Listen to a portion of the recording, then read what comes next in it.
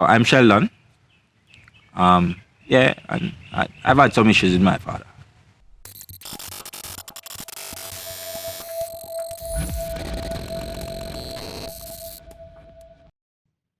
Two friends from an island in the Caribbean set out on a journey to find inspiring stories told by the persons who live them. So with a camera bag and an open mind, you learn that the best part of life is not the destination, but The journey.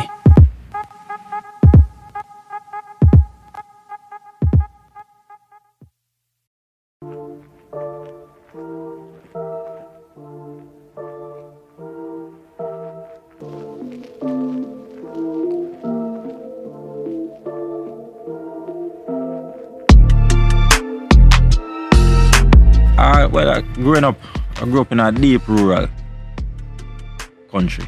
My mother and my father married. Matter of fact, at the first wedding I go, basically, I did in my mother belly. So they got married when I was just after I get conceived. Well, that is what I was told, So they've been married, so the same age of the marriage is the same age of myself. I am 44, so my mother and father have been married for 44 years.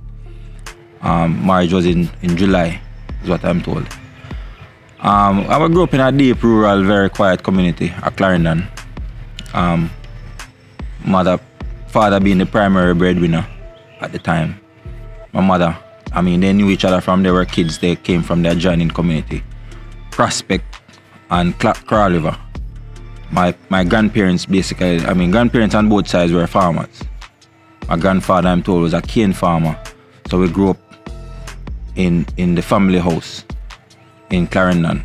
My father was a powerhouse technician and my mother traversed through different careers. One, at first she was a police officer. She became a teacher. And most of the women in my time, most of the women in my life, my grandparents, aunts, were all teachers. Typical career choice, teacher, police, so forth.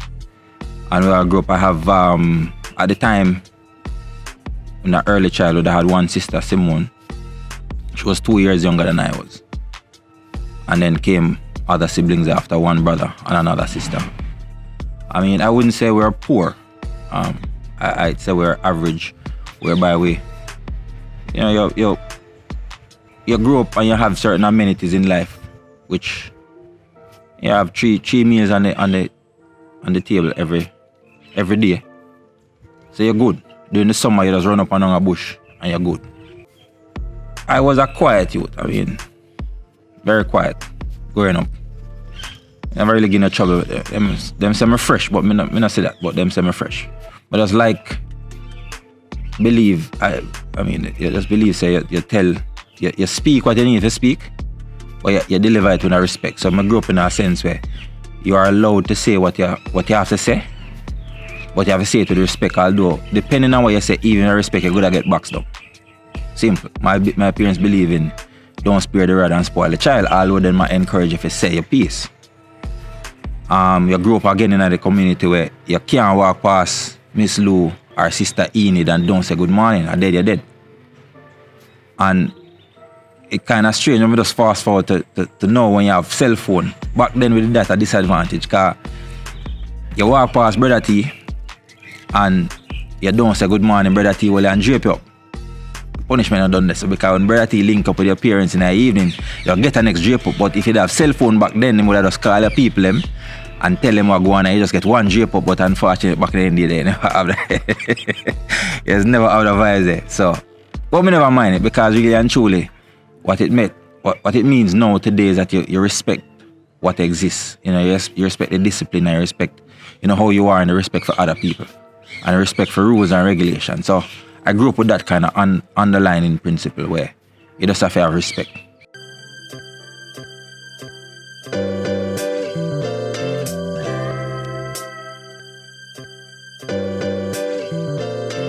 Still back in the rural community of Prospect, Clarendon, we don't have no running water.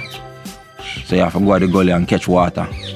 And after you catch water, you come and fill up the drum. I remember this one time, your mother go out, as a matter of fact, my My mother was a beater. My mother was like a community beater for everybody. Like everybody who want to get beaten, come on my mother yard and my mother deal with them. My mother left go market one day. My mother used to go market. Typical, you go market every Saturday. So my mother left go market and she said, watch this. Make sure say the drum full up, by the time I come. So you have to go at the spring, because we have a spring on the property. Big property. Spring about from you to half a tree. And that was one trip. So you have to fill up the drum, which probably about 10 trips. So you don't know the kind of effort you have to take in. So I say, alright, I'll run up and down and play first, and you pick fruits off a tree. We have every kind of fruit on the property.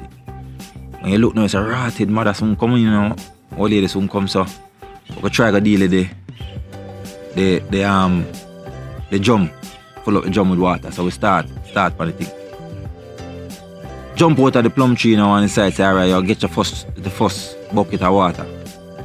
And I just step on one corned beef thing and cut my foot higher, slice it. And the first thing as a youth, I think about a solution. You just take the foot where I bleed and just put in a drum with about half of water. So say, the whole of the drum full of blood. And I see him drum, you have a full up. Enter you come in, your mother dead, you're dead. Anyway, your mother come in and see what go on, and your mother dead. You don't get your beating, she just your cut and you get your beating. Because she said the request she have is that you go full up the drum. So now me have it. She dress the foot, beat you, and I still have to full up the job. So regardless of what you want to do, you still have to complete the task. So I remember one day, my mother gone to market again and leave me in care of my little sister. So I have a little skateboard my uncle give me, and I ride skateboard on the veranda, And there come my sister jump on the skateboard, can't ride. She ride the skateboard, chop and broke out her teeth. So you don't know, say I dead, because my mother come in, no teeth in my sister mouth, I dead. So she come in, so said, so done. My mother say, yo, may I make sure I ride the skateboard? I know me put her up on the skateboard, and she decided to go on the skateboard herself. So my mother started running me down around the house now. So every time you go around the house, because the country you have a big stone where you have to jump over. And right behind the stone now you have a gully. So if I jump over the stone, my mother catch me. And if I jump in a gully, I'm dead. So the decision I make is to jump down in a gully. I jump down in a gully and bust my mouth. A prickle run through my top lip. And my mother come down in a gully, take me out of a gully, dress the lip, beat me, send me to my bed. So you can't escape the beating. The discipline, no matter what you want to do, my mother I can't escape. My father come in now and you tell your father, he just say, hey, you do that, you do your crime, you just pay for the time. And him just come in and go in bed and you don't get no remorse, no nothing, because as a youth, you grew up in a country, you're a soldier, and your responsibility to take care of your sister. Just add the dot, just connect the dots for you. In the later part, I have a conversation with my father, and I say, why me always get beaten for my sister? My father said something to me that was profound to this day. He said, basically, my teacher is to take care of the woman in your life. Because if me put you in responsibility, if your responsibility to take care of your sister, it means that everything as a man, you have to make sure, get taken care of. It's your responsibility, it's your job. So, I never really see the logic for that still, but to this day, I guess right now, all of my siblings them look up to me. I mean, without even me even knowing it. And you just feel a sense of need to always be looking out for your family. I guess them are teachers, so them have some weird way to teach you certain principles in our life and certain lessons in our life. My parents did have that. And as a youth, you wonder if they're mad. Because I really think my people are mad, Personally, my mother is of a vibe where she always say, she bring you into this world, she will take you out. So I swear my mother could have killed me and get away with it. My father now was more of a easygoing, jovial. My father is the last of all his siblings. So my father is the kind of the easygoing, the cool dude kind of vibes when I grew up. Uncle Boxy, or what they used to call him Morning. Everybody in my community have a nickname. My father named Morning. I don't call him Morning still, but I guess he can't go work early morning time, But everybody have a name in that community.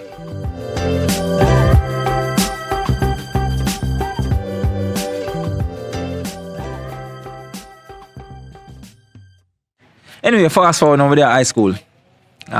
We go Clarendon College. Good school. But I only spent 2 years. First farm and second farm. Because then my father now got a new job in St. Elizabeth at another alumina company.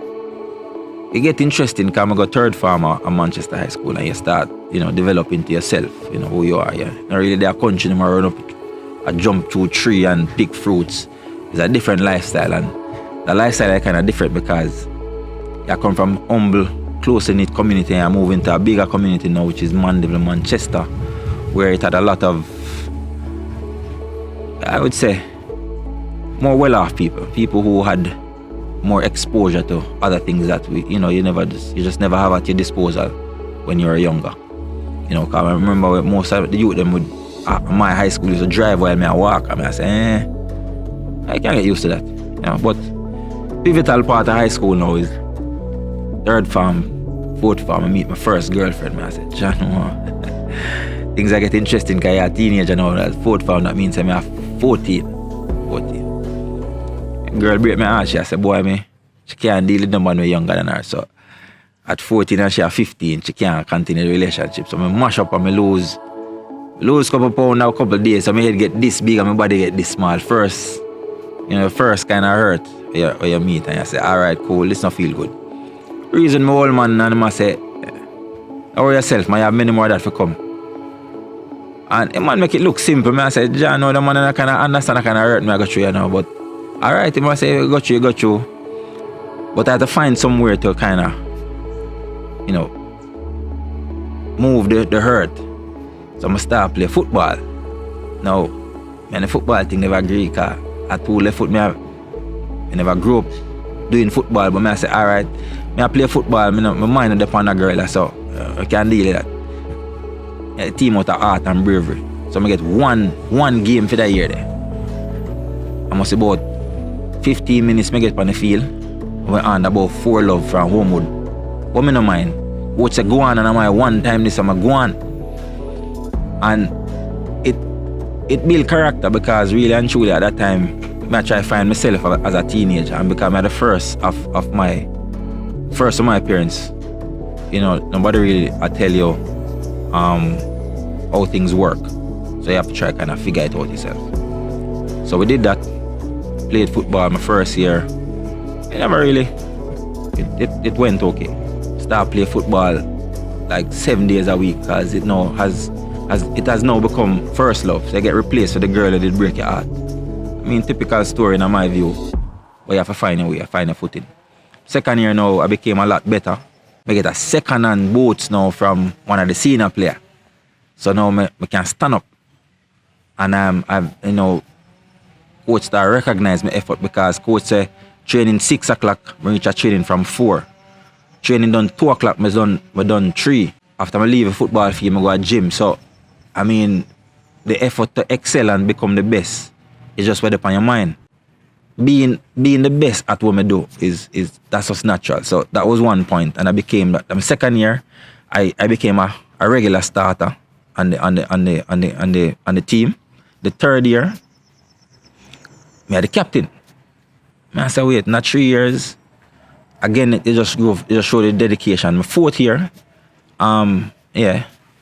you continue, and I started playing for the big team at age 15. When I say big team, I used to play for Los Perfectos.